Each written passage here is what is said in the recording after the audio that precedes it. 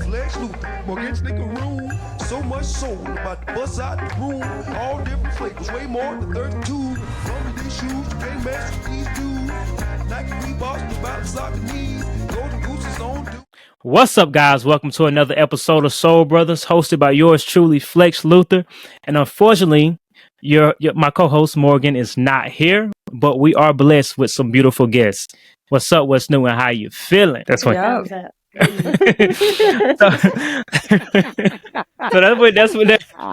the cue for y'all to introduce yourself. Yeah, that's funny. So y'all take turns to introduce, give some handles, and let everybody know where to find you. Come on, Key. I'm Kiki. I was about to say, who going first? Yeah, Kiki. All right, I'll go first. Hey guys, it's me, Key. So I'm not a stranger here, so I don't know if I should be introducing myself at this point. But we get listeners every day. Yeah. All right. So I'm Key. All right. Well, my name is Aisha. You can find me on all social media platforms by Ayyemzjones, Ayyemzjones, and I'm definitely happy to be here. Absolutely. Hey, everybody. It's Kiki. Not Key. I know we got a Key and a Kiki. Right. Confusing. But you can find me on IG at QCKikicutie. And yeah, just go there and it'll direct everything else. I ain't giving everything. First and foremost, thank you, ladies, for taking time out your day to hop on the Soul Brothers podcast. For our listeners and audience, this is another special episode. As we're celebrating and honoring Black History Month. We did do an episode last week with the fellas, and I had to have the ladies on to talk. And it's a good way to close out Black History Month and begin Women's History Month. So that's what this episode is about. So let's get started with what was on feet today. Key, since you first on the last one, you're gonna be first on this one. Okay, so that's how we're gonna do it. We're gonna go in that order. Yeah, that's it. Okay. Yeah, we're gonna go in the same order. Started. That's fine. Today I wore the Black History Month Jordan 2. Nice. Yes. These are fit a little bit more snug than other twos that I realized that today. They do. They do. But yeah, this is what I'm wearing today. Trying to be as black as possible. I love it. I love it. Especially black. I love it. Right. All right, I guess I'm next, right? So today I went with the Kiss Pippin. Ooh. Nice. Oh, love those. See something very different. But yeah, so that's all. Just to match my hoodie, Love those. All right. So I brought out the Air Force One High Black History Month. Okay. For the whole month of February, I wear nothing but Black History Month edition sneakers. So every day this month has been some type of Black History Month sneaker. But these are really, really cool with the quality strap and all of that. Good quality. But yeah, that's what I had on today. Very nice. I forgot it was my turn. So what I went with today was the J Tips and Saucony Omni 9. Oh, good. Yes, the tan and pink pair. These when I need to get something done. Like I said, comfort and style. Omni 9 gets it done every single time. So good. that's definitely what I wore today. But y'all guys didn't see this, but we had a hard time getting the episode started, so we're just gonna hop right into it. Yeah. We're gonna go ahead and hop right into it. So the first question I have for you is, as Black women in the sneaker space, do you guys feel heard, seen, and appreciated? And if the answer is no, how do you feel you can personally change that? When you say how can I change that, or how can it be changed as a whole? However you feel, like personally, if you feel that there's a way that we can do it as a collective, or a way that you can do it on your own, either or. I think it's gotten a little bit better over the years, sure. But there's always work that can be done. There's always more representation that we can have. I feel like, I don't know, I feel like this is gonna sound so crazy, but I really feel like we need to like stick together. All Black people in this space, like we low-key got to stick together at this point, because it's certain things that I see, and it's just a lot of culture vulture behavior of people that aren't Black and really don't care, but they have the numbers, so that's why they get the looks that they get. So yeah, that'd be my thing right now. I'm gonna agree with everything that she said. Is there a lot of things that can change? Yes. Have we come a long way? Yes. Do I think that it can be better as far as the representation of people that look like the three of us? Yes, absolutely. So how to get that done is going to be, it's kind of hard to say.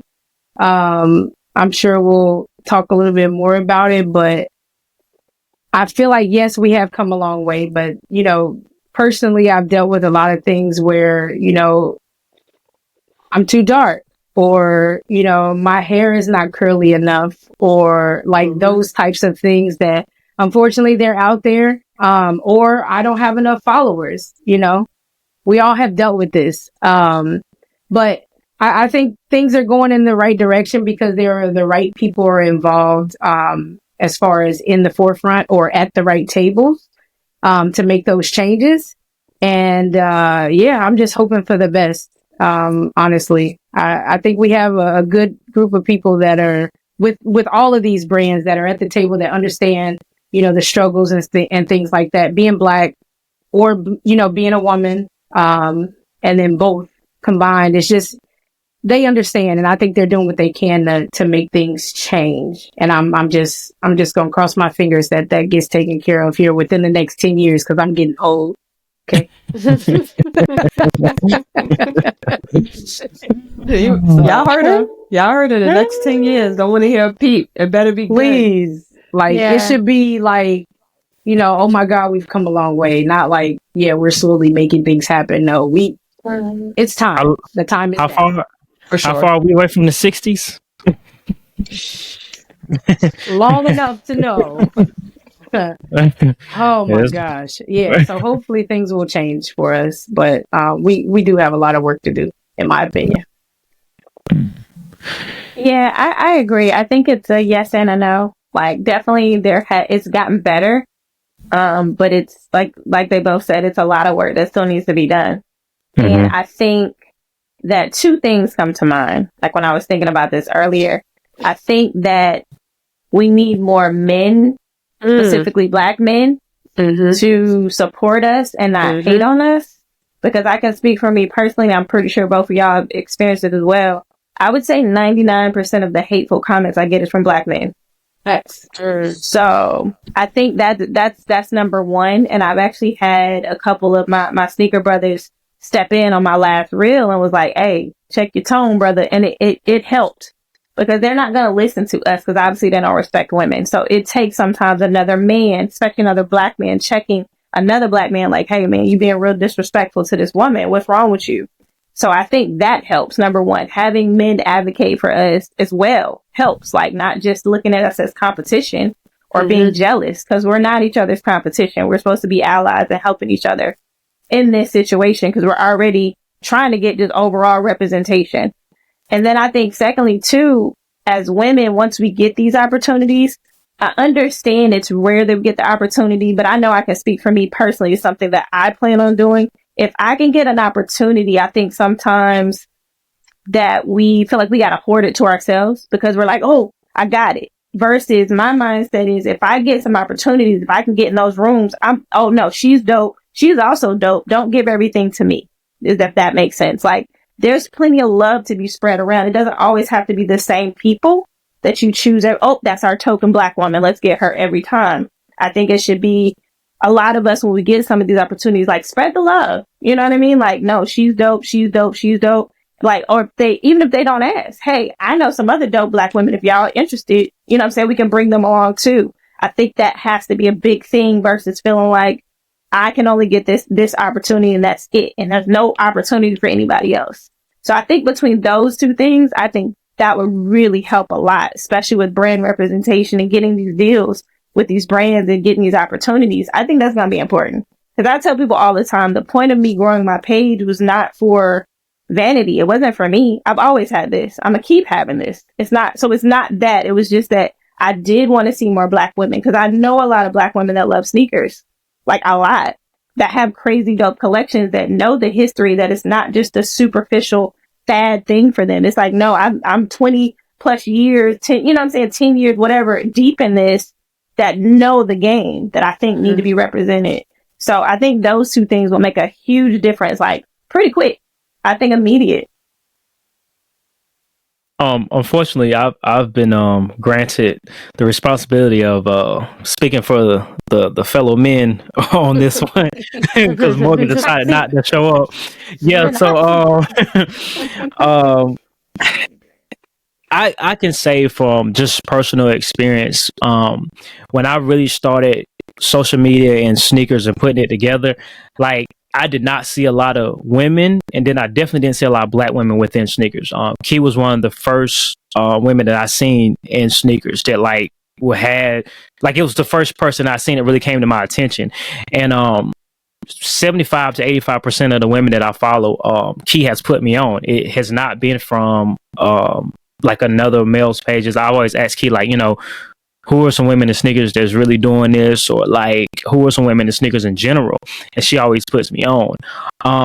As for speaking out, there are times where absolutely Black men should absolutely go in and speak up for Black women. But there's also times where you got to move carefully as a man, because if you start doing that, then you get the comments of, bro, she ain't gonna let you hit. And like, you don't want to be viewed like that, and you don't want the lady to view you like that either, because you just really just like, I'm just speaking out. I'm not trying to do that. That's not what I'm on right now. Then you don't want to be viewed like that. So I feel like that could be, some of the reason why a lot of guys don't really speak out, just because of how they're going to be viewed. Because there's been times like I tell Key, like, I don't want to be seen as like the guy that's chasing a ton of women, when I'm really just trying to see who's in sneakers, that there are women that we can put on a podcast, that I can talk to, that I can network, that I can uplift, that I can give that exposure to. But sometimes it's often seen as like, oh, you're just chasing women, or you're a groupie. And most guys don't want to be viewed as, oh, you're just another groupie, bro. Like, she not following you back, she not gonna let you hit, she not gonna let you do, just, you can just bag back. And I feel like that's the thing that I feel that as men we gotta start in-house. Yeah. I feel like those are the things that we fight for, as like insecurities, just that pride, and that dominance that we want to withhold and uphold. Yeah. So when we see those comments, like, oh, no, never mind, I'm good, bro. Nah, it ain't. And I feel like that's that's when you start getting a negative comment. So you just get the guys that don't really say anything, because you don't want to be viewed as, you want to be viewed as the cape. I specifically speak for women that personally. Like, the men that spoke up for me know me personally. You know what I'm saying? I do shows with them. I've spent time with them in person. Like, women that, when I say, like, go to bed, like, this woman. You know what I'm saying? No, this is my sister. I know her personally. Like, bro, you know what I'm saying? Like, I get what you're saying, though, with like, somebody you don't know, you just randomly follow. I totally understand that, though. That makes sense. But if you know that woman and y'all have a relationship, that would help. That definitely would help. Yeah, I wanted to piggyback off of something you said, because I think, because Haas had the same situation. I was the first girl on his podcast, and actually Mr. Unloved Ones too. I was the first girl on his podcast. Or what they do on IG Live. And one of the things that they said that they're scared of is the fact that women do, and this is on us, but some women do just leave niggas on scene, because they automatically assume that, oh, this guy's trying to holler at me. And it's just like, we got to do better with that too, because people like Flex and, probably other men in the industry, they're scared to talk to us. They're scared to talk to us. So, I think we got to do better with that as well. But allyship is so important, especially in this space, especially for Black women and just Black men and women. We just got to do better with ourselves in this space, because, I guess it's spooky out here. Nah, absolutely. That's what I mean. That's what these conversations are for, because I feel like though there are issues outside of the community, I feel like it's in-house. I feel like if we get what's going on inside the community straight, then we can start tackling those outside, people or, other. But our community, the Black community, I feel like that's something that we need to correct before we start going outside and, trying to keep people out and who can come to the cookout, who can't come to the cookout. I think we need to worry about who's throwing the cookout, us. So yeah, facts. Yeah. I've been sitting here fighting myself, y'all, real quick, because I didn't know if I was going to say this or not, but I'm going to say it anyway. I like it. When you all were talking about like men and being afraid to talk to us and blah, blah, blah, I've experienced some things that I haven't really discussed with anyone else. I feel like there are a lot of guys in the sneaker space that want to be cool with, and I'm speaking personally for myself, right? Mm-hmm. Want to be cool and want to be, oh yeah, well, I'll have her on or this and this. And I think they personally don't, for the fear of their spouses. I don't want your man. I don't. I'm struggling with that, y'all. I gotta say it because I don't care. It's out there, right? Yeah, there are guys that are not wanting to have conversations with me for the sake of, oh, well, who is that? You all know how this goes, right? You know how this goes. I see it all too often. I'll see the people in person and it's like, oh yeah, what up, sis? This, and this. And then when you get back and it's like, oh, it's a live going on or something else going on. And then they ain't saying nothing. They see your name. They see those comments, but they're not answering them. They're not saying anything. Like, why is this happening? Like, it's gotta be a happy medium there. Like, everybody isn't, for women, everybody's not trying to get in, get our phone number or try to be cool with us. But the same goes for us. Like, I don't want your man just because I'm in a male dominant space, right? That doesn't mean because I hee and ha or I'm smiling that I want to take something from you. Like, that's not the thing. That's not it. We just share a common passion. That's all. True. I had to say it because I've never heard anybody say anything about this, but it had to be said. No, it gets spooky. That happened to me on a live that I did. Aisha, I think he was on that live too. When they was doing Who Has the Heat, they was doing a thing, and I was one of the judges, and a girl that I guess I didn't really know who she was, but she really like fucked with me or whatever. On you? she was fake hitting on me, and then I'm reading the comments and I see her girl just not happy about it, and I'm just like, this is I remember that. It was. I remember that. I was judging with you that day because we was like, this is awkward. Like, this is very awkward. And Kim, of course, is like, I was just like, I don't want some weird stuff out here, And when it comes down to the men, my favorite thing, like if they ever, or if their wives think they ever, my favorite thing is always gonna be, sis, I'm gonna want you before I want him. You before so you don't ever have to worry. I knew it was coming. Hey, believe you me, listen, I get it. I've been married. I know how it goes. I know how we feel, when you get in rooms with other people. I would approach the wife before I would the guy. I just want to say, hey sis, what's up? Because that feeling of not knowing or feeling like, oh, well, no, I don't want anybody to feel that way in my like presence at all. Like I want you to be comfortable because I've been there. Yep. So but I can't speak for everybody else, but that is definitely spooky.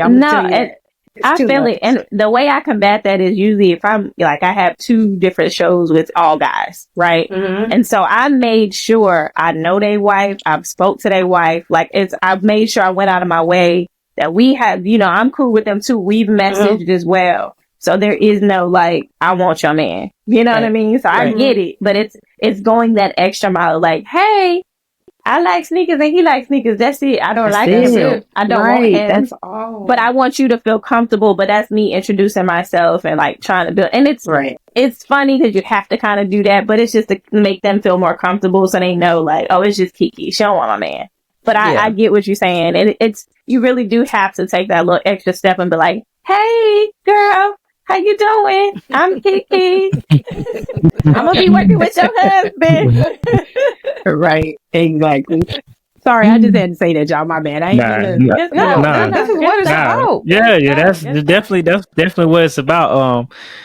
Morgan has left me with a great task because it's just like I gotta speak on the mid part, but from my personal experience, I honestly y'all correct me if I'm wrong, but I feel like if you're doing something with another woman, you're married or you're in a relationship, I feel like that's again an in-house thing. I feel like that's the insecurity between you guys. If you feel like your man is gonna go and do that, or you feel like, because I mean, you can't stop that woman from doing anything.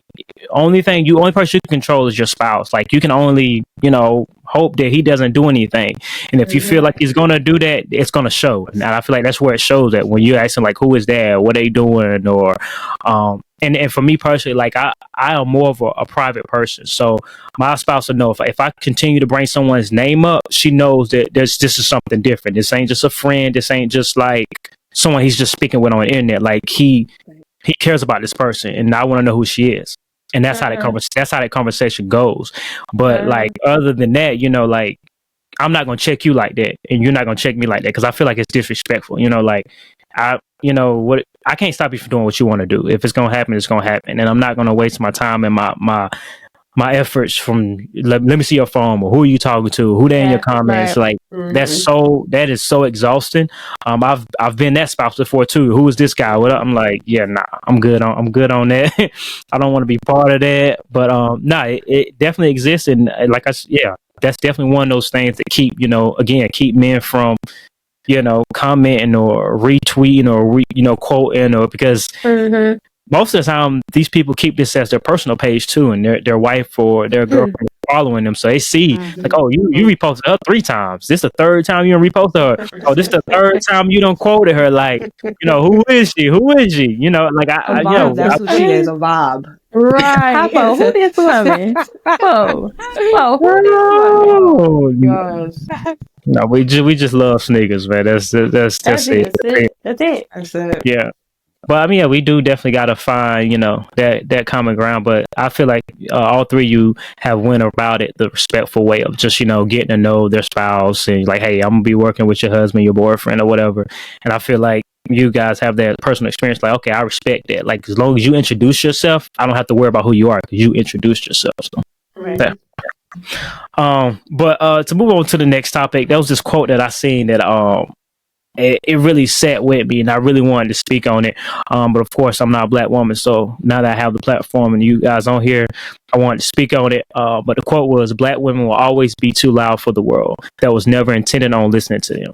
And I wanted to know, does this apply to the sneaker space as far as creating content, the way you guys dress, speaking out on certain topics, or just generally speaking? Yes, I want to think a little bit on this one. So who want to go first? I'm just gonna say yes. It applies. It applies in all aspects of the world. It's not just sneakers. It's everything. And to be honest with you, like I can only speak for myself. Majority of the time, like I'm a very, very private person, right? For those that know me know, if you're in that inner circle, you know a little bit more, than what you see on social media, because there's a lot more than what you see on social media, that right? Part. And people don't understand that there's a lot more. But yes, I do feel like that's a lot of the reason why I don't say a lot. I don't. I deal with it at work. Dealt with it, just in a personal life or whatever. I always seem to think that just based on how everybody has treated me, people get confused with like the passion in your voice, the tone in your voice. They get that confused with the angry black woman.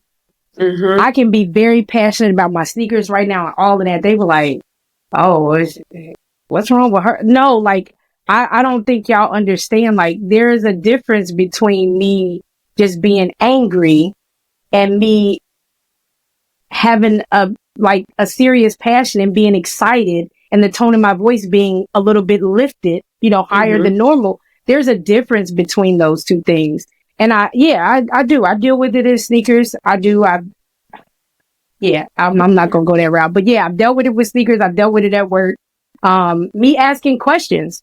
And yeah, this is about sneakers, but I'm going to bring up the work aspect of it. Me just asking a question because I want to understand whatever the situation is.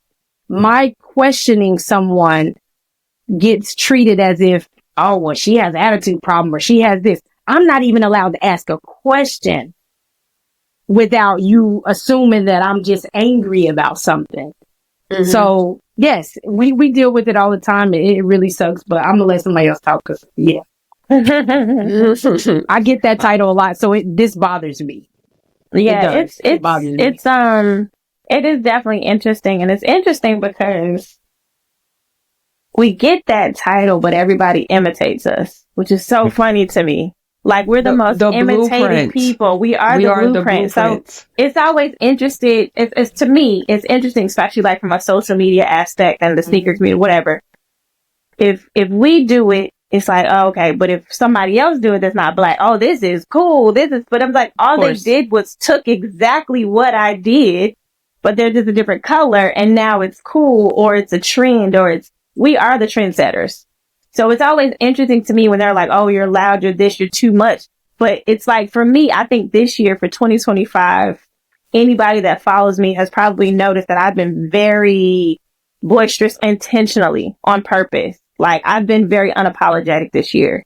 And it's for that reason. It's like, no, y'all gonna see us, y'all gonna hear us, we here. It's not easy. It's definitely not easy. I've been telling everybody that too. It's not easy when you decide to have a voice and put yourself out there. You get a lot of backlash. You get a lot of this. Like I said, this past week was so heavy between I got stopped by the police, stuff on social media, which I usually don't let bother me, but it was just like all of that compacted of me being a black woman and having all those different experiences and experiencing so much hate in that week span.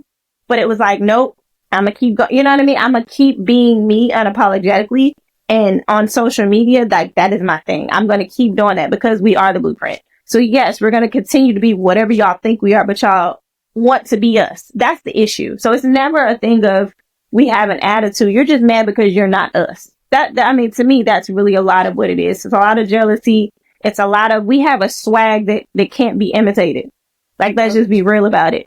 That, like, it's just us. We don't even know we're doing it. We just walk in a room, and it's like, you know what I mean? Because I get that all the time, and I used to think something was wrong. I'm like, what is it? I ain't did nothing to nobody. I just walked in the room until one day my brother was like, you gotta understand your aura and how you carry yourself, and if you're a confident black woman and an educated black woman at that too, and a businesswoman, you put all that together. That's a little intimidating.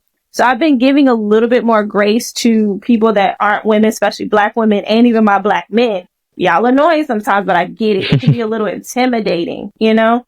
But I think it sucks, but I think I called it in one of my posts the other day, a beautiful burden is what I call it. And I'm proud to be a black woman. I wouldn't change it. I don't want to be anything else, but with all of the burdens and the struggles and the strife and the backlash, I'll still take it because, again, it's unmatched. The swagger is unmatched. Like, but it is what it is. I'ma still be being unapologetically me. And I'ma still, if y'all think I'm loud or extra attitude, bamboo earrings, funky nails and all, I'ma still keep it. Yeah. Yeah. I think I've made, especially on Twitter, people see me as very vocal because it's Twitter. You gotta listen. I be fighting for my life on Twitter most of the time because them niggas on that app. But yeah, I definitely think it applies. To Kiki's point, like, I feel like anything that we do, it's always going to make it seem like we're just doing too much or we're just too much. And soon as someone else does it, it's like, I'm gonna give an example. I'm gonna use Kari as an example, because he does reviews and shit.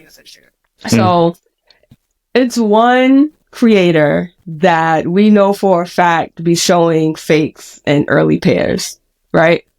And no one questions him because he's not black. No one questions it. Everyone's just like, good job, this is great, blah, blah, blah. No one even cares.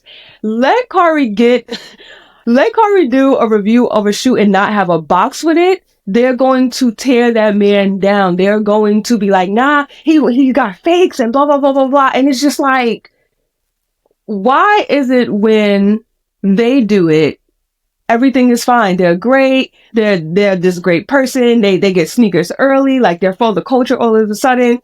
And then when he does pretty much the same exact thing, it's like, and sometimes it'd be us that be doing it.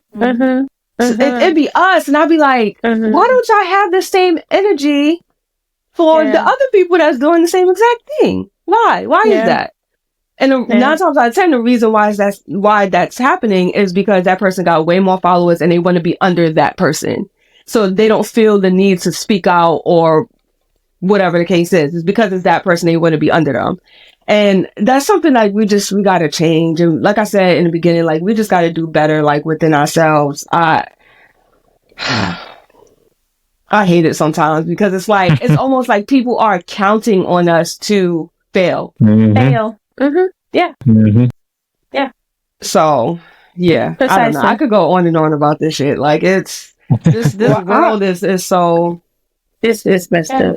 It's messed up. No. But I'm gonna bring it back to the brand side real quick. So, and hopefully I don't go blank again. Okay, with the brands.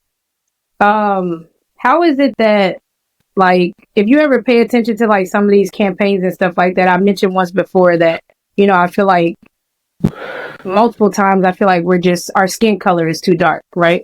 For some of the stuff that's going on. But then they'll use, so the people that they're utilizing, which is the stereotype, right? It hasn't changed. It's getting a little bit better, but it still hasn't changed.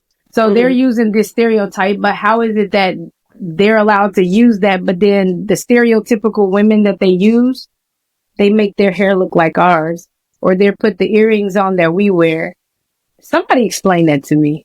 It has to be said. Is this what this is for? Are we talking about it? Yeah, Absolutely. No, yeah. Let's talk about it. So let's talk about it. How, like, what is it that we don't have or that we can't, you know, shine bright like a diamond like everybody else? You're doing everything that you're basically mimicking how we are, but the person is just a little bit, like, you know, lighter than we are, or whatever the case may be. You just said it. You literally just said it. What I say, they want our swag. They want everything that we do. They just want to put it in a different package. They understand that it's unmatched. Like, they want the swag, they want the style, and it's literally a copy and paste, but we just don't want it in that package. Let's just put all of that on here. That's all they're doing. It's literally a copy paste. Yeah. And then, well, this kind of is gonna tie into the next question, but I was just gonna say, the brand, it seems like we're never gonna get too far away from that because the higher ups at the brand don't look like us. True. So it's like it's like we're doomed. Can't understand. Yeah. And it's discouraging. It's really discouraging because it's like, there's so many women out here that deserve a bigger platform, that deserve the followers, that deserve all of that. And they can do the same, that comes up with, like, the craziest ideas. But as soon as someone else do it, that's who they give all the praise to. I think it's insane. But I think, like, as far as the brand, like, I don't know if it's just, like, women not wanting to be that far up. I don't know. I don't know why. You see what I mean? That's another good point. That's another good point, because I know a lot of women that I've talked to personally and say, I don't post, I'm not being vocal, I don't want it because I don't want to deal with the backlash. That's a lot of it too. Like, I know a lot of people that are just like, I just watch, like, I admire from afar, but I just don't want to deal with it. But and I totally understand. Like I said, trying to fight and get into get there. Yeah, it is not easy. It's really not. And I tell people, you have to be very grounded and confident in who you are as a Black woman, because if you're not, it can be very frustrating. It could be, and Aisha said it, like, we're so much more than what we present on social media. And I have to remind myself of that all the time. And I used that caption the other day, like, I am more than just a sneakerhead. Like, I'm way more. There's so much more to me. And I think you have to remind yourself of that. But a lot of women just chill because they don't want to have to deal with that fight, because it's a constant fight all the time, whether it be from other Black women, whether it be from other races, it be from men. Like, it's always a constant. You're kind of like on guard all the time. You know what I mean? Definitely so I think a lot of women, and I find myself like that. And sometimes I have to, like, yesterday I was like, I'm not posting nothing. I went to a food truck rodeo, all Black, like, you know what I'm saying? Like, I had to just, like, make sure I keep myself grounded so I don't get too caught up in that fight. Mm-hmm. And that, you know, I'm always having to be on and fight and present myself as the strong Black woman. I was like, you know what? I'm gonna enjoy my day. You know what I mean? So I get it. It's a double-edged sword. It's like, we need more of us to do it, but I understand everybody's not equipped or wants to do it, because you have to want to do it. Yeah, because it ain't easy. And not even that, you have to be okay with possibly not being as big as you want to be because you're so vocal. But it's like, at that point, it's like, you gotta know what you want. You gotta know. I wish there was a way we could balance it, but it seems like you gotta be all or nothing. It's either you're gonna be brand friendly or you're gonna be looked at as the loud Black girl, pretty much. Yeah. So a lot to respond to. Sorry, Flex. We just laying on you. Yeah, no, it's fine, because, you know, I look at going through it.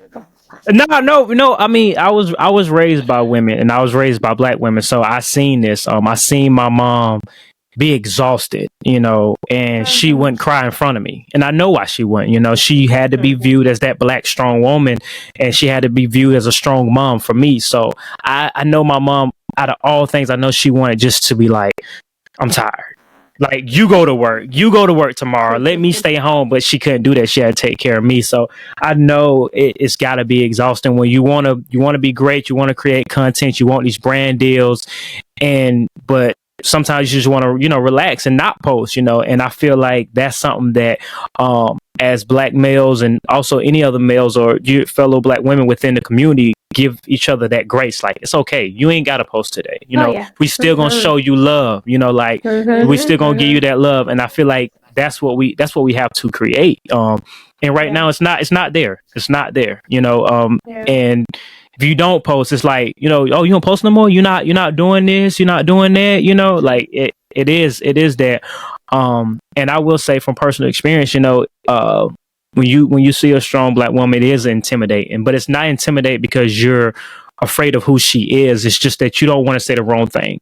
You don't want to start a conversation that is not a positive conversation. I mean, when we first hopped on here, what did I ask you guys? I'm like, is ladies, y'all are okay with me calling you ladies, you know, because I don't want y'all to feel disrespected by me. And I don't want you guys to feel like I'm uneducated. Like, I'm truly doing this with ladies, women in mind. Like, that's what I'm doing this for. It's not for clout. It's not for followers. It's not for the views.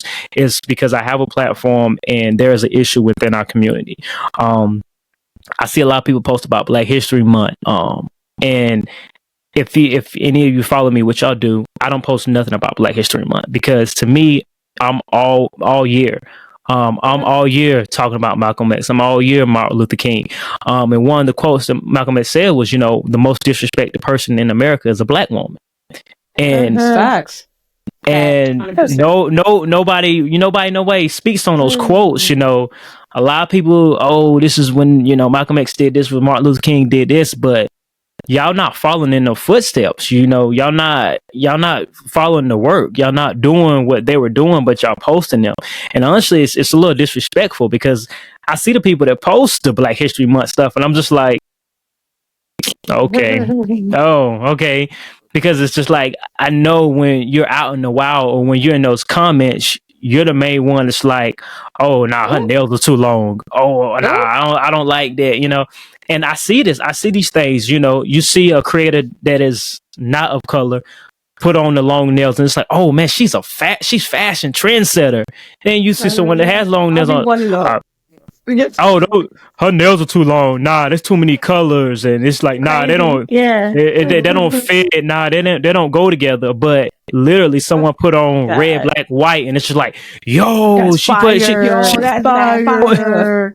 Fire. I see it all the time, and we had this conversation in the last one, and I spoke about it. I was like, why? Because I see us, we be in those same comments, fire emoji, yo, you put that on, and I'm just like, why are we not doing that for the black males, the black women within the community? Why are we not doing that? And their answer was more of just the algorithm, but I really feel like we have the power. Obviously, we have the power because again, like in these ads, these brand campaigns, we are the ones they mimic. And they got to make it relatable. And people can say what they want. Relatable. A lot of people are not relatable. So that's why they learn. It's so, and that's why they put the hero level. Like, yeah. So it's a uphill fight because it's our lives out here, man. But we staying strong and having conversations like this. It matters. It matters. Yeah, it does. Yeah. Because honestly, I can't say I know what y'all go through because I don't. I'm not a black woman. So there's things that I never see from y'all perspective that I have not seen or that I'm not aware of. So that's why these conversations are important. That's why it's not, there's need to be males in these conversations too, just to be aware because we might not understand like, oh, I didn't know that. Now I get it. Now when I see, I'm going to conduct myself this way and not that way. So, Yeah. But so from me to you guys, it's okay to relax, take a deep breath, and keep moving. I mean, I'm gonna take a social media break. You already know. I just answer there sometimes. Take a life break. Social media. Life break. Work. You need a break. Because. Not to get too personal, but my mom, she was just diagnosed with heart failure, and I feel like that's one of those things. I feel like it's kind of hard because she doesn't see it that way, but I see it that way. It's like your life has been hard because you're a black woman. I seen a study that like a lot of miscarriage in black women are caused by like society, just being a black woman within, and the urge to like, I got to take care of my baby, what I'm going to do and stuff like that. And a lot of stuff, other things contribute to that. But I also feel like those are the things that, her not being able to take those breaks, not her taking those deep breaths and stressing about this, stressing about that. So I encourage you guys, take a break, remove yourself, and all right. Then come back on Monday. Come back on pretty much. Come back on Monday. Prayers out to you and your mom too. Definitely. No. Everything's all right. She's doing well. She's on her mess and everything's good. But so moving on. Unless y'all have something else to say now, because I don't want to rush it. If y'all have something to say, you go ahead and speak your mind. I'm all for it. I'm a big person on I know Key is, mental health is her thing and it's my thing. You see my shirt, you see it, right? Love that. I love that shirt. This conversation just completely flipped me upside down, not in a bad way, but it definitely was like triggering, only because my great grandma, and I don't want to step ahead because that's going to come later, but heart failure, in African Americans is a huge deal, right? Yeah. Cardiac issues, period. In African Americans is a huge deal. And, obviously with the work that I do, I see a lot of that. We see, I see people at their worst days or whatever. But when you all mention the stress level and stuff like that, again, I'm personal. But a lot of people that know me know, the things that I dealt with. And it's just when you started mentioning about your mom and how, she tried to basically do all possible to take care of you and hide behind closed doors to be emotional. That stuff is very draining. And I'm just saying it as a black woman. Obviously, you saw your mother deal with that, right? But me being that one that was going through it, and, waiting till my daughter goes to sleep so that I can oh my God, let me take a deep breath and just lose it. Like, cause there's nothing left. You've held on for so long. There's nothing left. But yeah, so I commend any and all African American women, period, because it's not easy out here. In the sneaker space, it's not easy. It's not easy, like I said, with job. And I know I keep bringing my job up, but there's a reason why I'm bringing it up, because that's a lot of where like the fights, not fights, but the internal battles happen. Yeah. Coming into a space that's predominantly male and then predominantly white male at that, like I'm already walking in like with two black eyes. I got you, pow, pow. Now what? Now I have to sit here and prove myself on a daily basis. Proving myself on a daily basis that I can do what I was hired to do, right? And qualified. I passed the same test that you passed. Right. I passed that same physical agility test that you passed to get this job, but I still have to fight daily to get you to understand that I can do this. So when I get into the sneaker space, the only reason why I'm saying is because into the sneaker space is like, dang, it's even more the same thing. It's the same. And you think I'm about to sit here and keep on fight? No, because I'm tired. I'm tired. Granted, a lot of people may not know me, and that's perfectly fine. I got on social media late. I was one of those girls that was like, nah, you're not about to see what I got in my house because you're not about to roll up in here. No, we're not doing that. But that was the thing then. You know, we didn't hop on our phones every day. We didn't have phones. You had a pager. Give me 911. I might call you back if I got a line available. Like, that's just what we did. This wasn't a thing to show what you had or display your passion. You only did that in person with people. Yeah. And I feel like that's a lot of why we can communicate a lot better, us in our generation. Everybody else is like, it's all behind computer screens. Then when they get out in public and they socially awkward. As hell. As hell. That's why. Yeah. Because this is all they're used to. So, I went on a tangent again. But now it's facts. Yeah. I commend all black women, right? All of them. I feel like we are our own worst enemies. We are. I don't care if nobody else want to say it. We are. We compete so much, it's unnecessary. What the hell are we competing for? We should be. There's strength in numbers. How many people told that us part? 1000%. That part. Why can't we just come together and do this together? Yeah. You want a brand to hear? Get a group. Stop trying to do it individually. It's not going to work that way. It's not going to work that way. All I'm saying is work together. But also remember, everybody ain't as vocal. Don't get it twisted just because they quiet. Don't mean that they can't, be educated or speak for themselves or, be able to stand up for themselves. All of that. It's just certain things. They're battles that I choose to pick and fight. And I ain't picking all of them. Because I'm too competitive, number one. I don't like to lose, number two. So I'm going to sit back and I'm going to chill. Because I do enough of that in my real life. This social media is not the real life. That's not real life. So this is why I stay quiet. I can speak for me. I keep myself, I keep it low because it's so many things that I got to put it out there, but out of everybody on here, there's a lot of things that I can talk about. There are a lot of people that I can throw down and drive over with a bus. But it's not that important to me. My peace is more important than to deal with or worry about what you're doing negatively or disrespectful to people. Like, I just don't have time for that. Right. But yes, as women, we need to come together, period, point blank. I might not be the most approachable as people say. I don't know why they say that, except that I got RBF. That's the reason. Cool. Whatever. Listen, you want to call it that, that's cool. But I'm cool as hell. Damn, I'm fun. I enjoy life. It's not that. I already told you. I think I told you before what it is. I told you what it is before. I told you it's not RBF.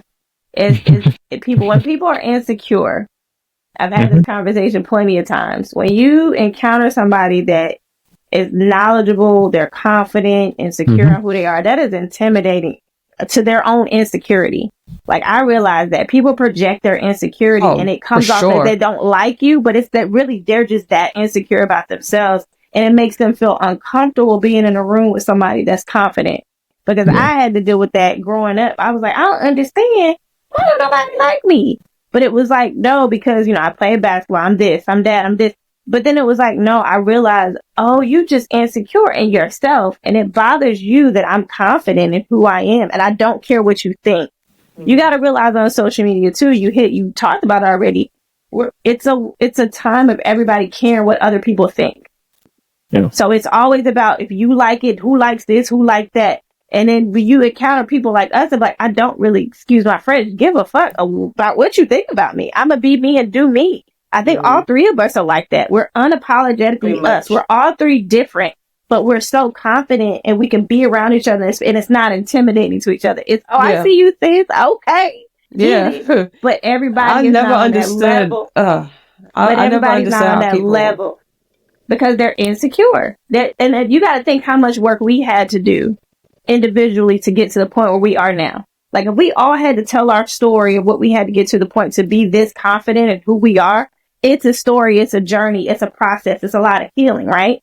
So a lot of people haven't done that. A lot of women have not done that. So I try to give them a smidge of grace. I still ain't got to deal with you like that, but I understand it's not that you don't necessarily like me. It's just that you're still working on yourself and you still got a lot of insecurities you need to work on. And I want to support you and empower you. Like, girl, you need to, you don't see who you are, and then we're not the same, but that's okay. You might not have this and this, but you got this, this, and this. Like, girl, come on now. You know what I mean? So I think more of that too helps, like you said, uplifting each other and telling, like, oh, I see you. I try to, like, point out a lot of women's stress when I comment.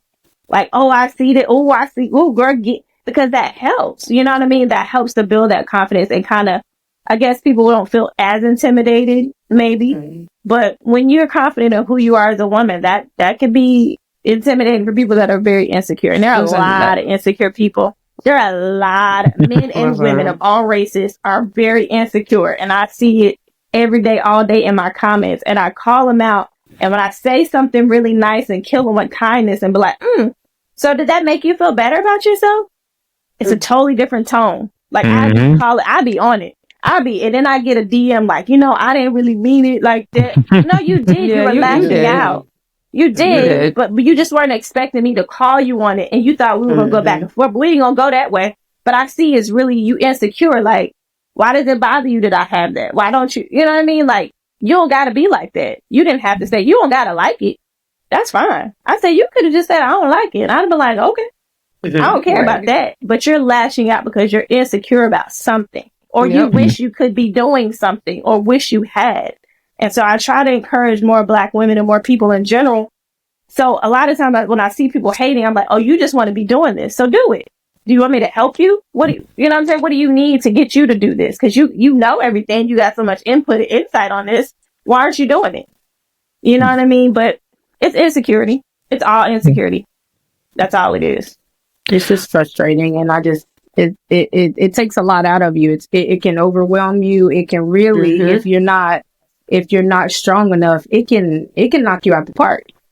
It'll knock you down. Yeah. I've been broken.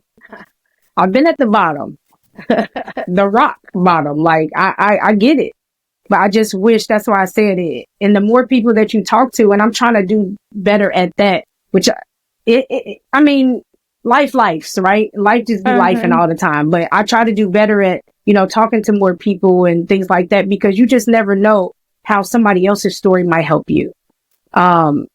Especially in these kind of spaces, like we deal with so much, and people don't even know the half. Like, if you really had a chance, just for the three of us that are here, if anybody had just 24 hours to walk in our shoes, a lot of people wouldn't make it.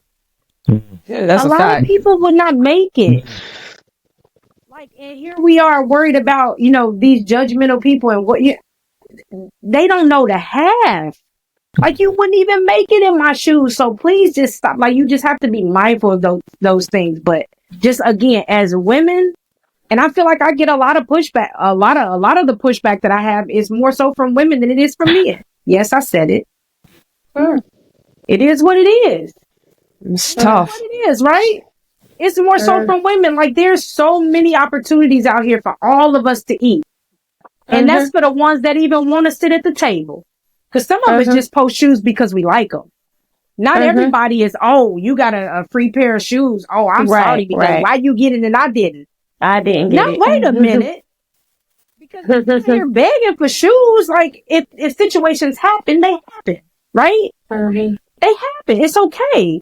But don't do me dirty because I got a free pair of shoes because that's what you've been trying to do for, 20, 30 years. That ain't right. That's not right. That's not right because you don't know how I got here. Like you said, you don't know what it took for me to get where I am. All you see is, oh, there go Ayyemzjones.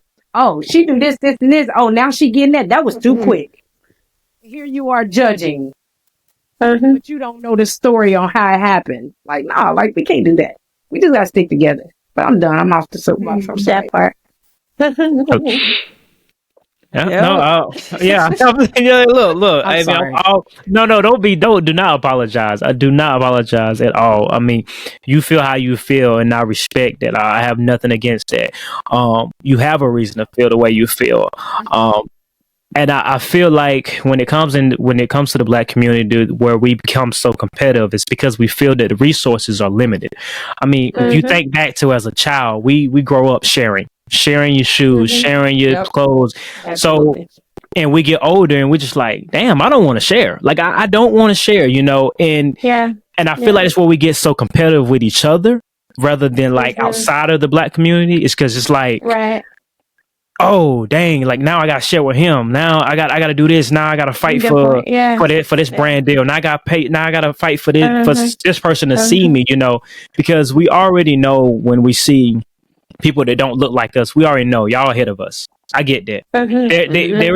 There is no competition. It's just simple as that. Your head start is 10, 20, 30 years before me. Your dad was CEO and something actually. Yeah, I mean your dad was CEO of Nike. So I can't or your cousin works at Nike or does this. It's just I can't compete with you. I know that, But we see someone that looks like us and we automatically think, oh, competition. I know you came from where I come from. I know you came from where I come from. So I know we pretty much in the same boat, and it's not always like that, But I feel like that's what their mentality is real. It is, real. Unfortunately. Unfortunate. Yep. And it's so unfortunate. It's so unfortunate because there's so many opportunities out here, and that's why. And when I speak to other people that are getting these brand deals, and I hear about how much they're making, and I compare to what I made on the same brand deal, and I'm like, hey, I'll be like, hey, I made $350. They'd be like, oh, well, I made $1,500, and what I realized, I was about to say something crazy. Go ahead. and what I realized, it was me with the lack of value for myself, because I was like, I was scared. I was scared to do 1,500. And you know what? He told me, he was like, why were you scared? You're worth it. You do just as good content as I do. Why can't you? And I was like, and there are certain things that we can hold other people that are not part of the Black community accountable for, but sometimes they truly do not understand what we've been through, and that stems from a young child. That stems from like, I don't feel like I can ask for that. You go into the store, don't ask for nothing if you can't pay for it. We grow up and we hold that we hold it over our head, like, hey, don't you go in there trying to do something that you can't do or something you can't afford. But they're raised to shoot for the stars.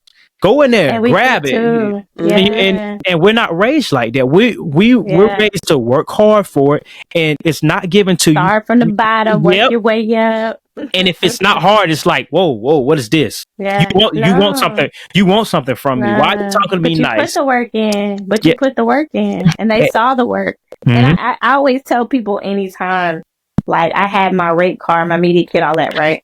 And my rates are what they are. They're non-negotiable. And I tell people when they're doing this that, once you set your rates, you get your kind of guideline and do your research based on, what you have and what your reach is or whatever. Stick to that, because you got to think these brands have a budget. They have the money for it. For sure. And if you tell them a lower price, guess what they're going to do? Okay, Yep. They're never gonna come to you and say. Sometimes they do. Sometimes they'll come to you like, "Hey, we have this much for this." Yeah. And you can say yes or no. I've said no a couple times. I'm like, that's not worth my time. But in the other senses where it was an instance where there was a few of us that did the same thing and it was that same situation. Some of those women got paid less, but I had my rates and I said to my rates and there was no hesitation on their part. They'd be like, all right. I was like, y'all want a reel? Y'all want me to do a live? This is what it's going to cost. Bye. Run me my money. You know what I mean? So that goes back to, we do have to break that mentality that they see the quality in work. That's why they hit you up. So if you weren't qualified or put the work in and they saw it, they wouldn't have hit you up. But I always tell people do not be scared to ask you, especially big brands. If it's a smaller brand, I get it. That's different. But big brands, they got the budget and the money for it. Set your price and stick to it. Like, period. And they'll pay you with no questions asked. They will cut the check. They like, how you want payment, sign your contract, boom, boom, boom.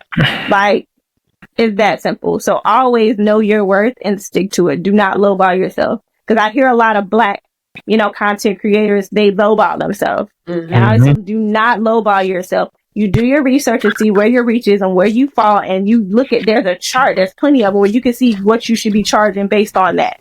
And you go from there. And if you think you're worth more, then charge more. And all they can do is say no.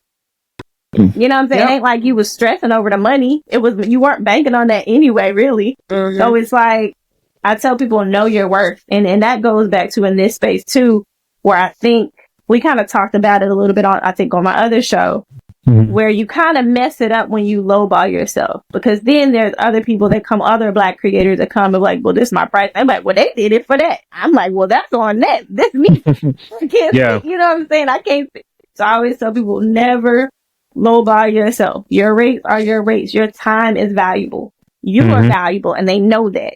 Your creativity, they need it. That's why they're hitting you up. So never, and that's for anybody listening, do not lowball yourself at all.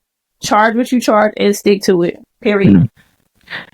I mean, and then you're faced with the fear of just missing out on that opportunity, because there's times I had. I was gonna say that it wasn't a lot of people, they do that because even if they do say even if they do know their worth, brands could easily just be like, "All right, I'm gonna get somebody else to do it for $500." Yeah. So, but to your point, then that means it wasn't for you. It wasn't for you. Because I mean, if that happens to me, I'm like, all right, cool. Like, I don't. And then they usually, I've had an instance where that happened, where I know they went and used somebody cheaper, but then they double back to me. Now you done spent more money. Because you realize it wasn't the quality that you thought it was going to be. Now you doubling back to me. And I'm like, all right, the rate ain't changed. But okay. And they're like, that's fine. That's fine.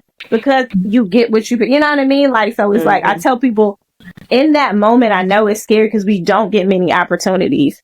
But especially at the beginning, it's like, oh, I just want to, because it's like we think it's that snowball effect. Once you get one, they just kind of keep coming and you just keep.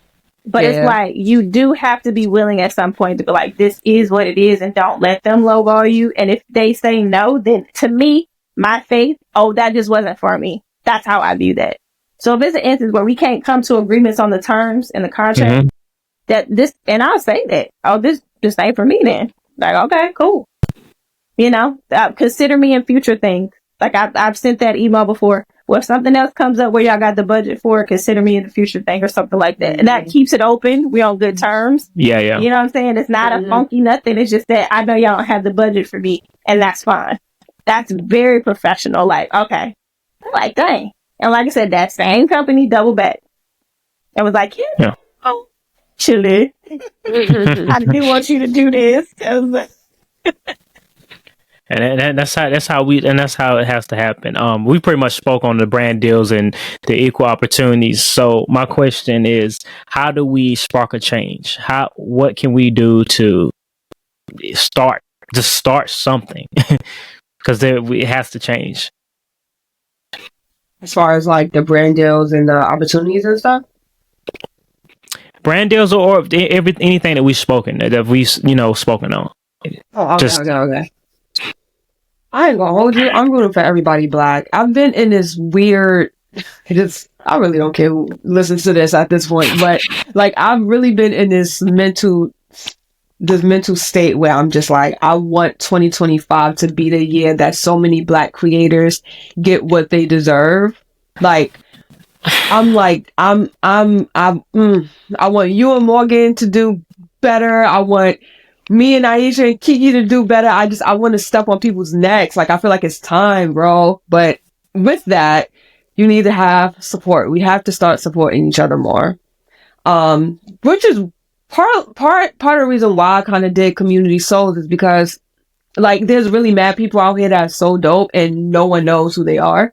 And I'm just like, nah, something has to give. Like, what can I do to put people on to other people? And it's kind of like what I did with Sneaky League, like when I did that whole list. Like, it's, we gotta just do better. You just gotta do your part in it. Everyone's not gonna get along.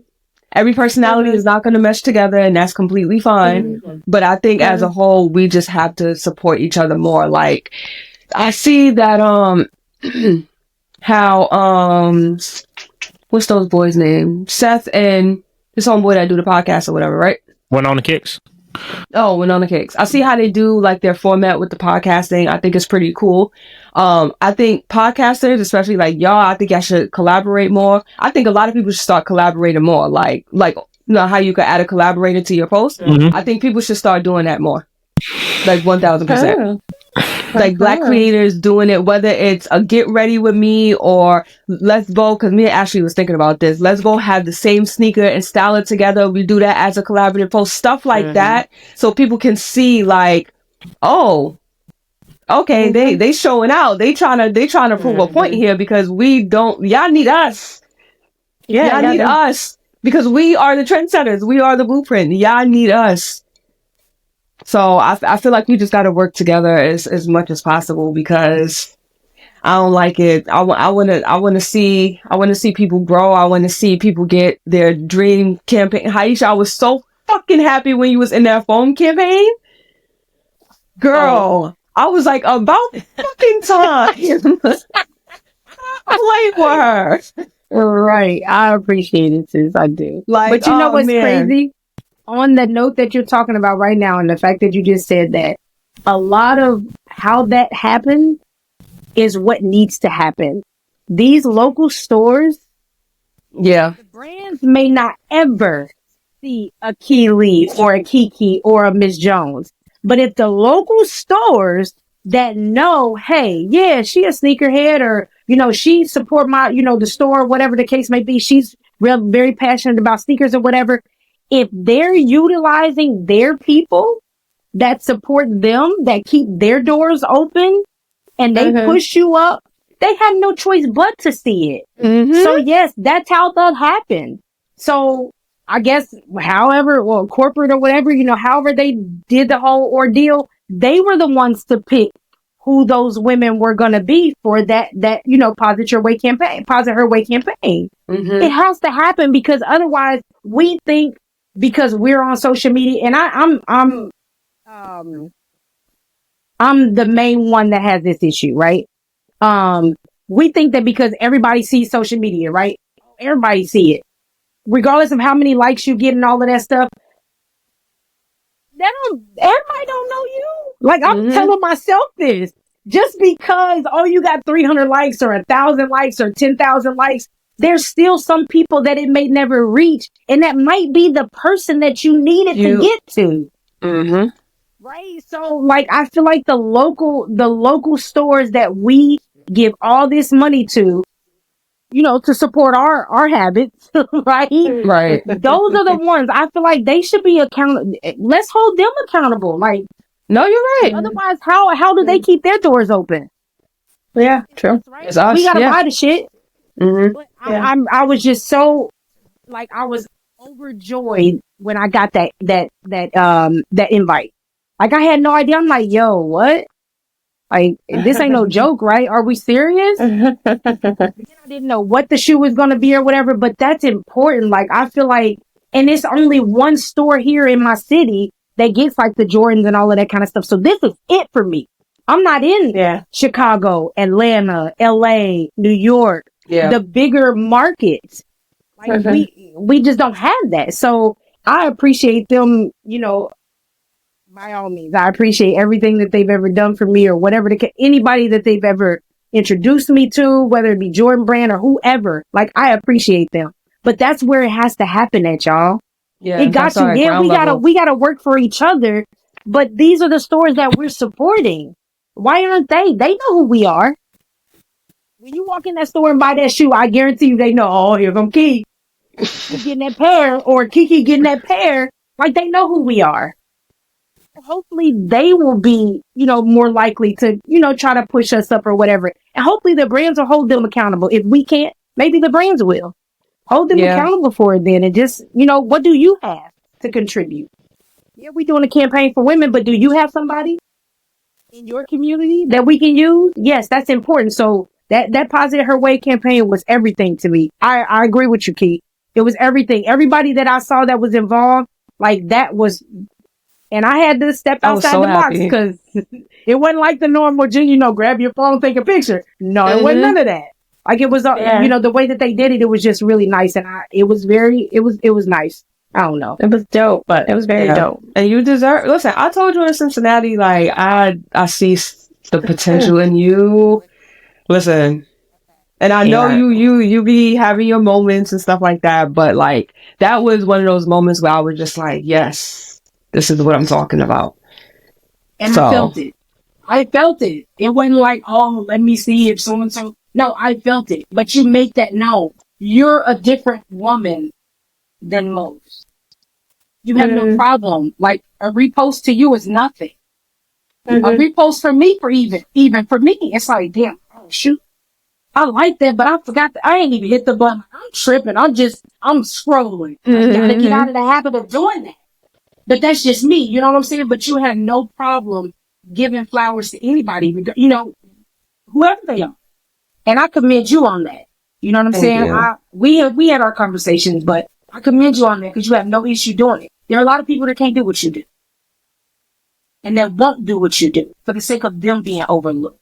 Meanwhile, here we are, the main characters being overlooked. Craziness. It's crazy. But yeah, for sure. You keep doing you. You keep doing you. Appreciate you. And you too, Kiki. Yeah, you too, Kiki. I'm like, what shoe is she putting on today? Right. You be walking in your showroom, you just be like, all of these sneakers. What's she putting on today? 29 pairs of Black History Month kicks is crazy. Listen, it's different. I'll be like, I think the biggest thing moving forward is kind of piggybacking off of both of them say is like, number one, obviously support, and not being scared that you supporting somebody is going to make you less than or diminish anything that you have going on. I tell people that all the time. Me liking or commenting or supporting you or sharing or showing up is not going to take anything away from me. I'm still going to be me. It's like, what's for me is for me, right? So me showing up and supporting you is not going to take any opportunity out that's mine.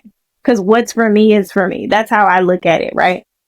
I also think too, moving forward, that I think Aisha pointed out a little bit, like figuring out what your lane is. Like, what role do you want to play?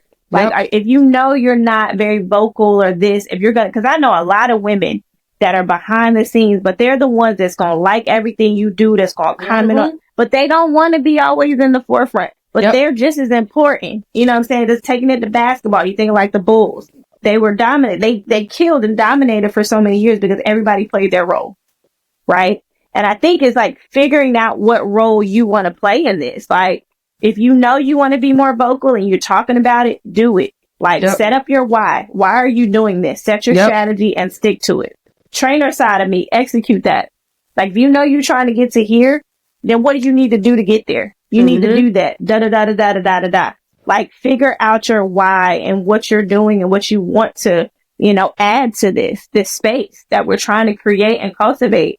And then once you figure that out, then you got to execute. So I think that's a big thing for a lot of people, is trying to figure out where do they fit in? Because I've had a lot of women DM me and like want to kind of be in this space, but they're just not sure how to get in it.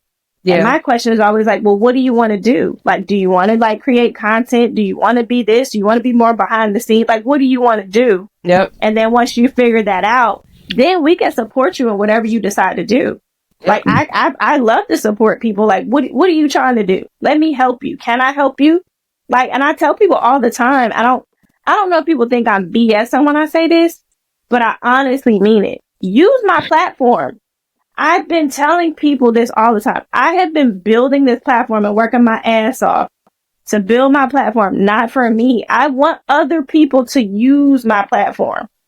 But I do understand sometimes people, I don't think they believe me when I say it, or they think I'm just blowing smoke, but I really mean it. Like, if you want to collaborate with me, if you want to like jump on my live or me jump on with you, because I got followers. So let that exposure happen, you know? That was literally, I determined my why. I determined my why in Baltimore at a sneaker event. I realized at the event, Key, you were there. I realized at the event in Baltimore, I was like, you know what? Because I think at that time I had like 300 some followers. And I realized, like, I'm dope. Like, I know I'm dope, right? Yeah, you know came up I got a lot of sneakers. with the 16s on, and I was like, what the? Let's go. They were like, who is this red? Because nobody knew me in the sneaker. That was like my introduction to the sneaker world, really. Because I'm like, Aisha, I've been doing this, right? Like, I've been doing this for a long time, but we never showed it. It was just something that if you knew me, you know I'm going to always have on some sneakers, but you just didn't. Nobody ever saw my room. They didn't know that I've had this many sneakers. So that was like my introduction of like, oh, and everybody's like, who is this random little young looking chick? Everybody think I'm young. I'll take that. You know, but I'm like, I'll take that. I get that all the time. What you know about that? You too young. I'm like, okay, I'll take it. Thank you. Right. But I determined then that I was like, you know what? I know I have a creative brain and I got it here, right? But I determined, okay, I want to build my platform to be able to have a voice for people that don't have a voice. And that was literally why I said, I'm going to build this. So when I tell other women and other people and other Black men, like, literally use my platform, I really mean it.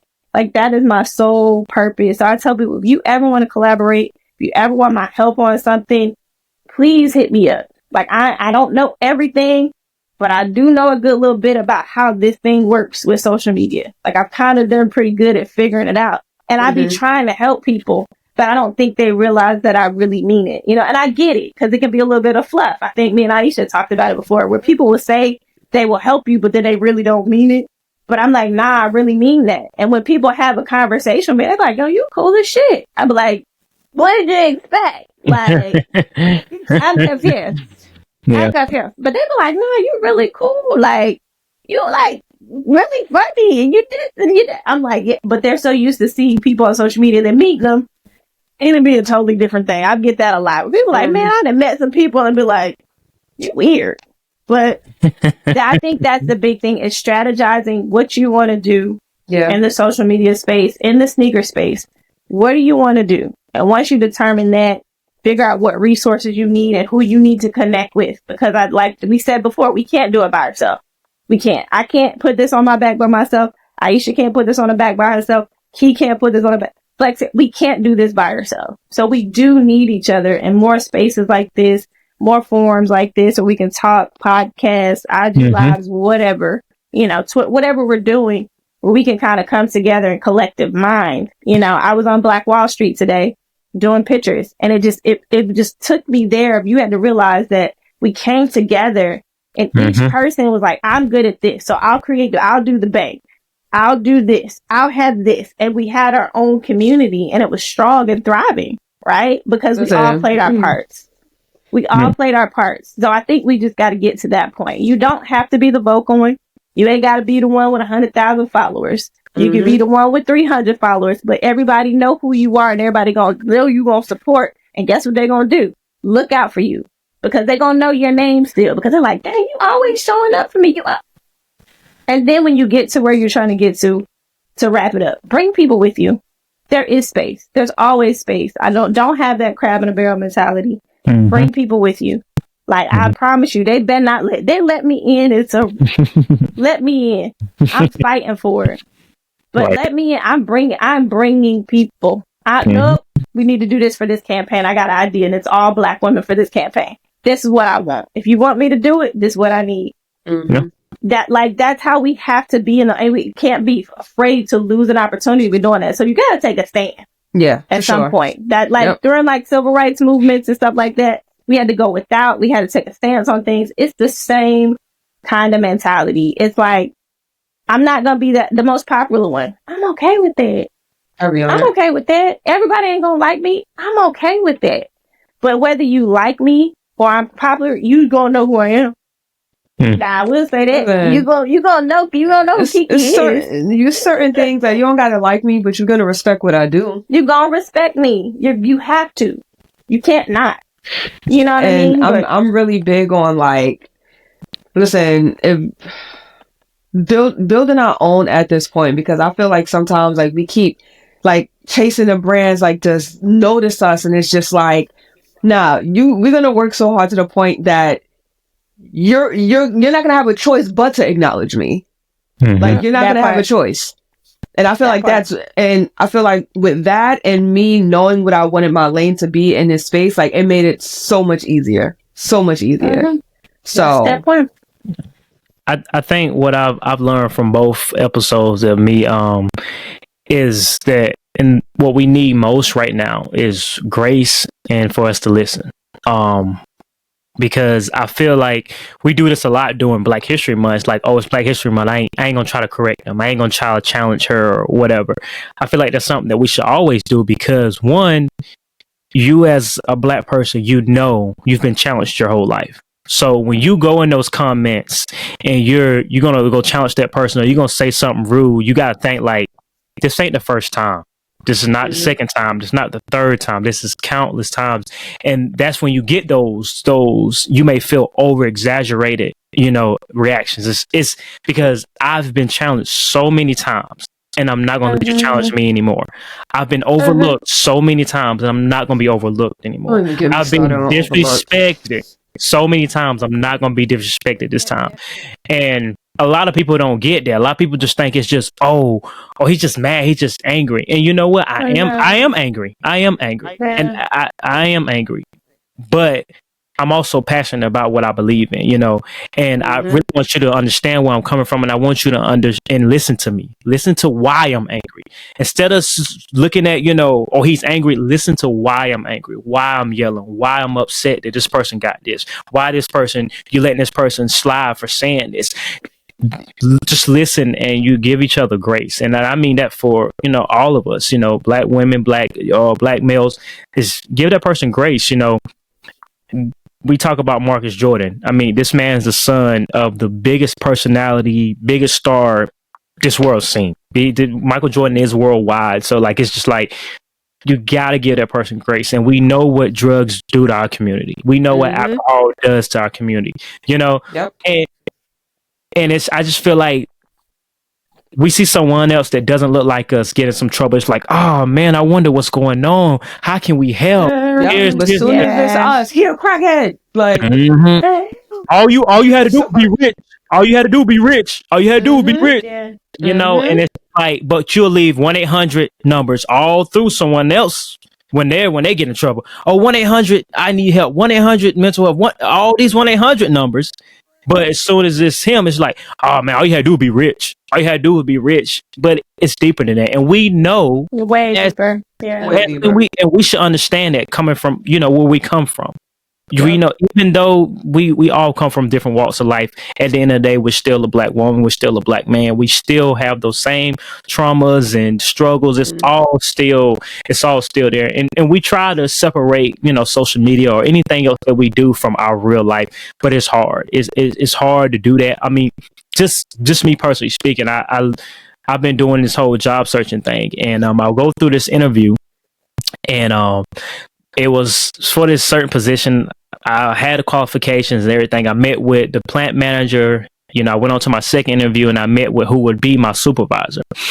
And we're talking about it. Oh, we're talking about what we're going to do. He's like, man, this is what I need. I need you. Like, this is what I need. So we go on the floor.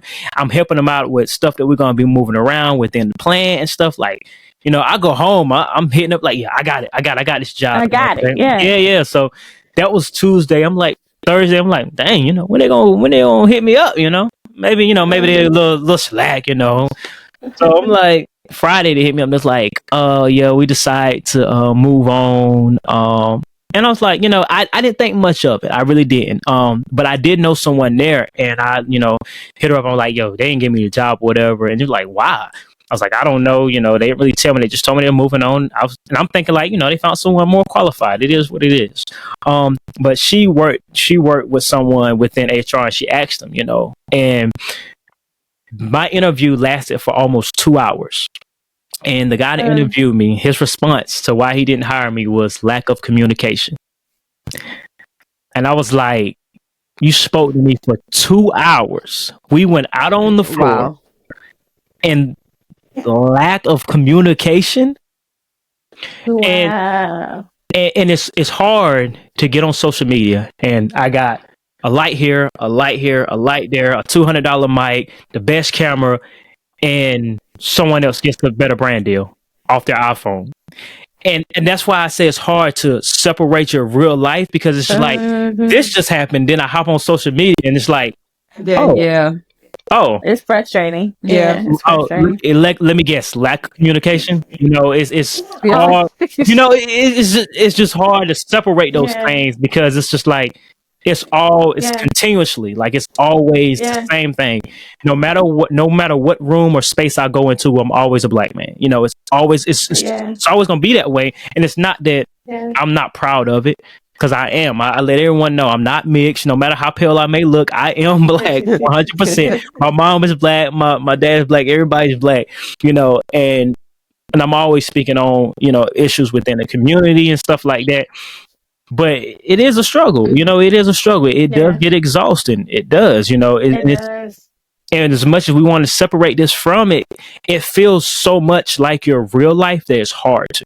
It's hard to look at it differently, because guess what? I'm still getting challenged. I'm still getting overlooked. It's still exhausting. As when I'm off, when I hit stop recording, it's still the same thing over and over again. That's why we all, even though we have our own life, when we come into this space, we still have to understand it. Everybody, we know, so give that person grace. Listen to that person before you hop in to the DM, or before you repost it and put some crazy caption or something. Just think like, okay, wait a minute. What they going through something? Yeah, maybe you should ask them, everything good, Yep. Like, I ain't seen you in a while, or that post was a little crazy, man. You good? Everything all right? Yeah, that part. And you'll be surprised, because that are you all right? Because just open the floodgates. Like, oh, okay. Now, like, I'm glad you asked, and this is what's going on. And then, all right, you could be that changing, that turning point for that person. So that has been my thing moving forward. I'm working on grace and listening. When I see things, I'm like, okay, wait a minute. I'm not gonna go crazy. I'm not gonna rant. I'm like, all right, wait a minute. Let me look more. Let me do a little more research. Let me ask a little more questions. Because that part. And I always tell people, like, advice for, like, when you're creating content, it can be very frustrating. You know what I mean? It's time consuming. I always tell people it's not, it looks so easy because you're only seeing 30 seconds or a minute or a minute and a half or 3 minutes, whatever it is. But I always tell people it is very time consuming. It takes a lot of thought process, setup, filming, editing, this, that, and other. It's a lot that goes into it. But I always give people advice to, like, number one, pace yourself. That's number one. And if you don't feel like it, it's okay. That's another one. I give that advice all the time, because I feel like we're constantly told we have to post every day, and you don't. And when people go to my page, they realize I don't post every day. I really don't. It may seem like it, because you might see my stuff pop up, but I don't. And it's been instances where I have went to do a whole, like, photo shoot and wasn't feeling it, and said, yep, nope, and went home, because I just wasn't feeling, and that's okay. Because then what happens is, if you start to feel that pressure to always put something out, then you're draining yourself mentally. It's no longer fun for you. It's no longer just a creative thing that's an outlet for you, because that's really what it is for most of us, right? So if you start treating it like this burden, now it's really easy for those two worlds to kind of come together, where your frustration of that and this, now it's this, versus it being your outlet and something that you enjoy. So I always tell people, like, make sure you keep it that way, so you're not having so much of that pressure where it's a catch-22, because you're like, I know I need to do this, I want it to be good quality, da da da da da. Like, we want that, obviously. We want the quality, we want the creativity, that all needs to be there. But in the same sense, you also have to keep that balance of, like, okay, this isn't the end of the world, it's not the end all be all. If I'm not feeling it today, it's just not gonna happen. Yep. Like, and I've seen people post things, and I'm like, you just rushed that. And it's obviously it's people I'm close to, so I can tell them, like, why you put that out?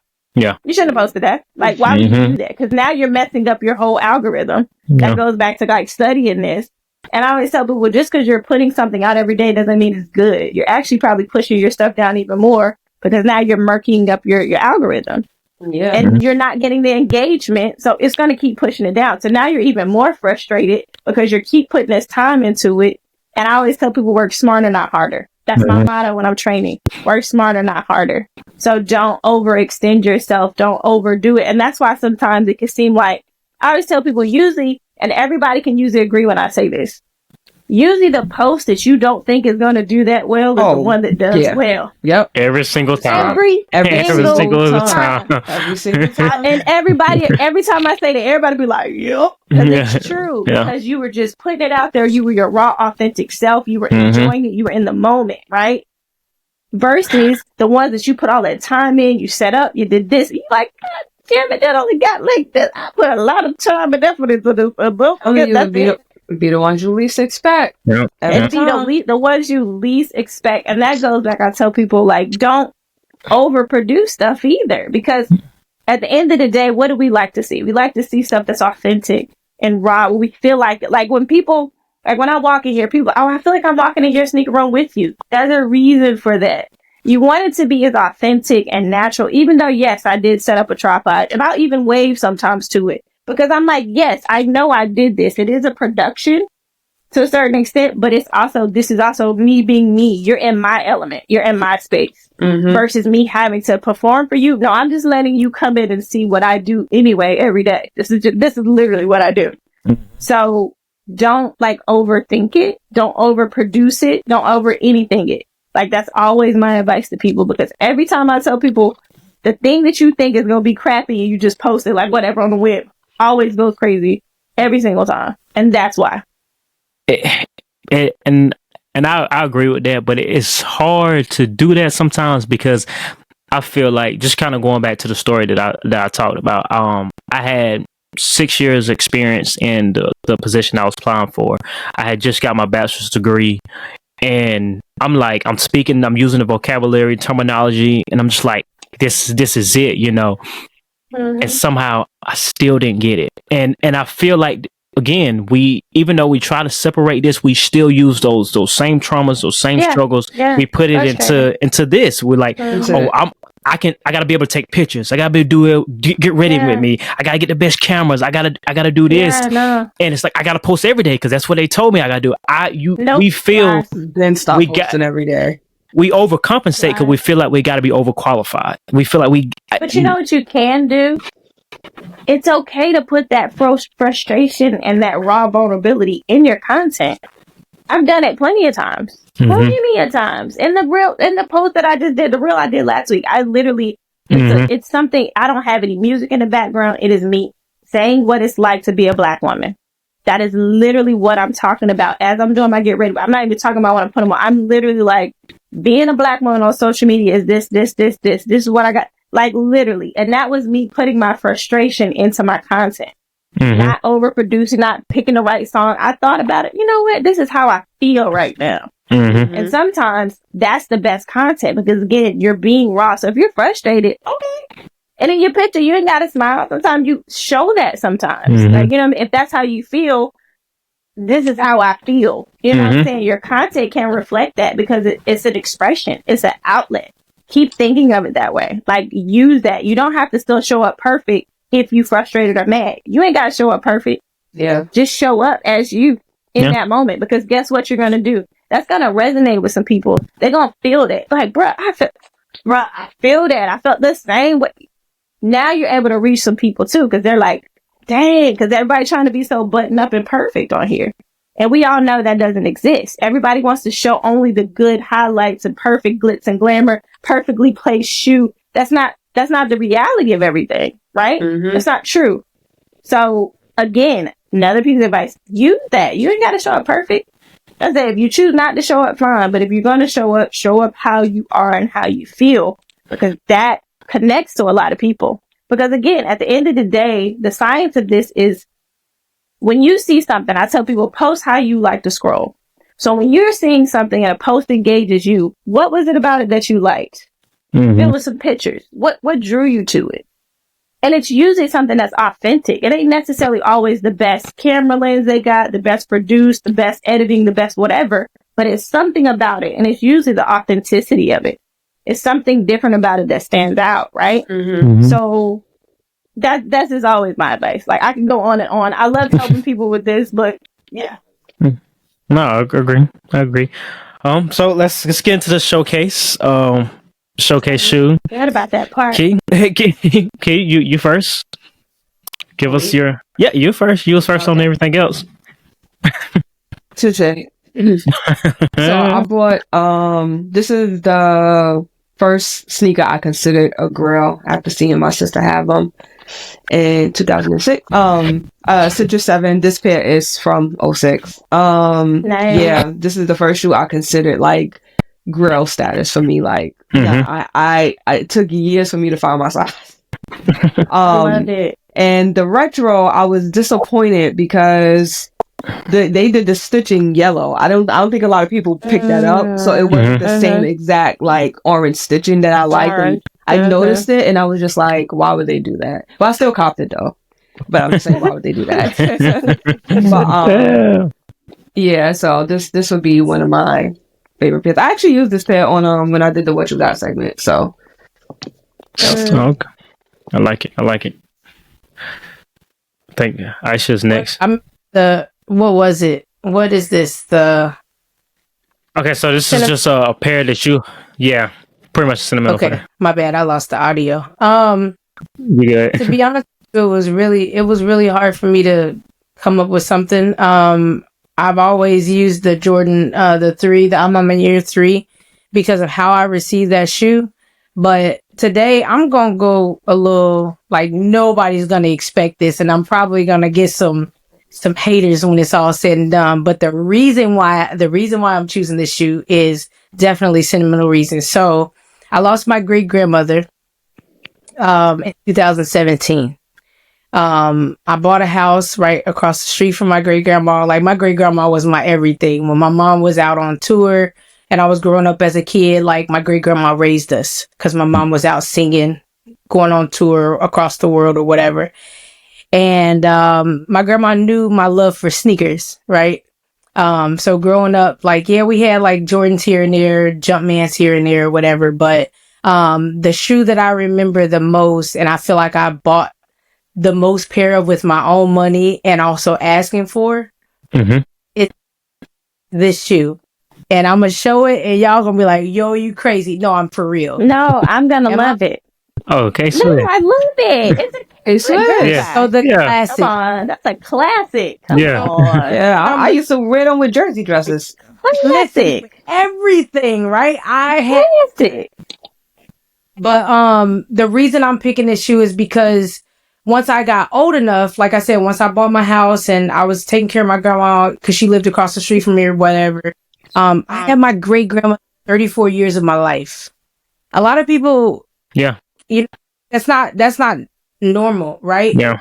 30 my life, I had my great grandmother around up until the day that she passed away. Like, she was still walking and talking and just like my grandma. My great grandma was my everything, and I used to buy her sneakers. I bought her Air Force Ones. I bought her K-Swiss. She had, I love it. She got like, so, and this particular shoe was her favorite shoe. So right after she passed, I made sure that I went and got me, and I didn't realize I could do this. So Journeys has these still on their website. So I went and bought this shoe. I have not put this shoe on yet, but this was not a shoe started, but this has a lot of history when it comes to like sneakers and things like that. And the fact that she loved this shoe is just important. This is very special to me. So this is why I chose the K-Swiss, the classics. I love it. I love it. Rest in peace to my granny. R.I.P. She love it, girl. So that's why I chose that. I ain't want to. No, that makes sense. No, that's it. K-Swiss is classic. Yeah. Yeah. I know that. Like I said, hate gonna come, but listen, that shoe. No, I don't know. Hate these. That's what they can do. Hate these. Sorry. I chose. Appreciate Nah. Weirdos. They can't hit on K-Swiss. Right. Yeah, so everybody knows what I'm about to pull. It's the same shoe every time. But this is my OG 1996 Air Flight Turbulence. Like it. And I have OG everything, so I was really excited to get these back into my collection. But my best friend passed away in 2014. And this was a pair that we got together on my birthday. Her mom gave her the money when these released, and we got them together. We both played basketball together. She's the reason why I switched to number 22 in high school, because we separated in middle school and I went to public school. So we were so bestie. I'm gonna wear 22 as well, because now we're on different teams. So everything, people notice I put 22 on a lot. That's the reason why. 22 is my number for everything. Anytime I choose a number, and it's for her. So when I got this pair back in my collection, I cried like a baby. I literally sat on my floor and cried like a baby, because y'all know how it is. Y'all both lost somebody close to you. When you lose somebody close to you, sometimes you I just want something to remember them by, or something that just makes me feel oh, okay, yeah, I remember this, the memories with it. And this was one of the things, because we beat both our pairs to hell, because I hooped in it. Then it became an outside hooping shoe and a play shoe. So I literally killed this shoe. But I was just so excited to have this back into my collection. It'll always be the most sentimental pair I have. That question of if your house is burning down, it took me so long. I'm like you, Key. It's so hard to find our size. Everybody goes, you go small feet, it's easy. No, it's not. Try to find an old shoe in a 5.5 or 6. It is really tough. So, I was just really happy to have this pair. Like I said, every time I put it on, I usually only wear it on her birthday or the anniversary of her death. I normally pull it out. But yeah, this is definitely the pair that has a lot of memories as well, but the sentimental value as well too. So yeah, R.I.P. Jay. I love it. Love it. Oh yeah. That's what the showcase is about. That is truly what the showcase is about, is showcasing a pair that you personally feel, needs a showcase. And all three of you have done that. Unfortunately, I don't have one of those stories. Not for this pair. But this is my True Blue 1 mids. And the reason why I got this was because at the time I didn't have the True Blue 3s. This was before 2016. I think that's when they retroed or re-released. And this is me just doing this by myself. There was no cameras watching. This was before I got on social media. This is me buying what I like. And I know, once I got on social media, the mid thing was oh, mids? Absolutely not. And I'm just I'm oh, I didn't know that, Okay. Really? Okay. All right. Yeah, okay. I still feel like this is one of the mids that were done right. I just love, I just love this pair. Just those are clean. Kind of back to my root type deal thing. So that's why I showcase this pair, because it definitely deserves a showcase. And just because it is a mid doesn't mean it's not a great pair. I love it. I love the fact that it's a mid. I was right. Come on, mid. Come on, mid. I'm always champion for a mid. Wear what you want. If you like it, I love it. Yeah. Well, my other mid got stolen from me, but that's a conversation for another time. It's actually because I hopped on social media. I sent it to a guy to get it customized, and he pretty much took everybody's shoes and sold them. Oh no. Yeah, he was like, "Yeah, I'm gonna do a custom." Like nah. I would have pulled up right. I'm just playing. Pulled up right up at the house. I got your address, player. Bro. Nah, he was smooth with it. He deleted all his social media, moved around, and Wow. yeah, it's just like, all right, cool. Wow, he's super con artist. Okay. I That's charge crazy. it to the game. I charged it to the game because I usually don't do stuff like that. But I was like, I'm gonna give him a chance. He's really trying to get out there. I'm like, come on, man, let's collaborate. And he was like, yeah, man, you just. And I was the varsity red mids, and yeah. But I knew not to send him no crazy pair. I was like, I ain't gonna be that stupid. I sent him something that I was like, but it did kind of mean something to me because it was one of my first pairs. But it is what it is. But again, I appreciate you ladies for beat him up. I've tried. I've tried. He said, "I've tried." He actually, I actually found him, and he reached out to me. And he was telling me that he was having a hard time, and his wife was pregnant, and he was going through a lot, and blah blah. What and he said, with my shoe?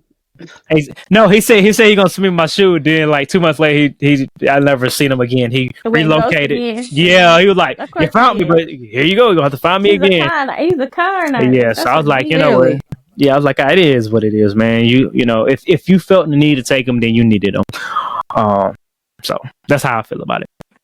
But let's just hope I don't never see him in person. But right in his shit. Ladies, I appreciate you taking time out to hop on the Soul Brothers podcast to have this very important conversation. I do hope that it helped in some type of way. Again, moving forward, I definitely will be moving with grace and listening. When I see, a fellow Black woman, speak on certain things or just upload something, because I know it's more than sneakers. It's more than that content. It's more than that get ready with me. There was a lot of internal things that she might have faced to post that video. Any closing remarks? Yep. I don't know. I'm rooting for everybody Black. Come on, Issa. I'm tired. I'm tired. I'm with it. I love it. Yeah, definitely. Thank you for having this. Like, thank you for, creating this space. When you hit us up, I was like, oh, this is really dope. Like, of course, yes, I'm with this. So thank you for taking the time to think about us in this space and create a space for us to be able to talk freely and express ourselves, because we don't get a lot of spaces where we can do this. So thank you to y'all for opening up your platform for us and thinking about us. We appreciate it so much. We really, really, truly do. And like you said, be kind to people. Like I said, my mantra is you never know what people are going through. Be kind to people. And just try to be a blessing to people whenever you can. Whatever you're moving about, whether it be on social media or in person, just be kind to others. Yeah, I agree with everything they said. I definitely appreciate the opportunity to come on, and, say whatever, we had to say. I always tell people, treat people the way that you want to be treated. Important. And there's a lot of people that, have issues with that, but that's just why. And, yeah, so I learned a lot tonight.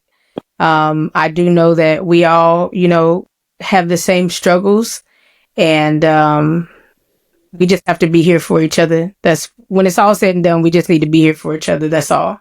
And I think where there's strength in numbers, and if we can come together, find a way to come together, then we can definitely we can do that. We can do damage. I'm telling you. Listen, it's just moving, that area, and just allowing others to come in. Everybody, don't have everybody don't want to do you harm. I'll say it that way. Everybody doesn't feel attention out there. Thank you very much. Everybody does not have ill intention, and there are a lot of good people still in the world. And some of my best, most cherished relationships have come from sneakers, right? I'm just being honest. So cherished relationships have come from sneakers. So it is definitely a possibility. All things are possible, and we just got to stick together. That's it. We just got to stick together. And yeah, thanks for having me. I appreciate you both. You three. It's been real. It's been real. Out of here. I like it. And there's no need to fight each other. We got enough fighting to do. There's no need to fight each other. So as I always say, love, peace, and sneakers. So brothers,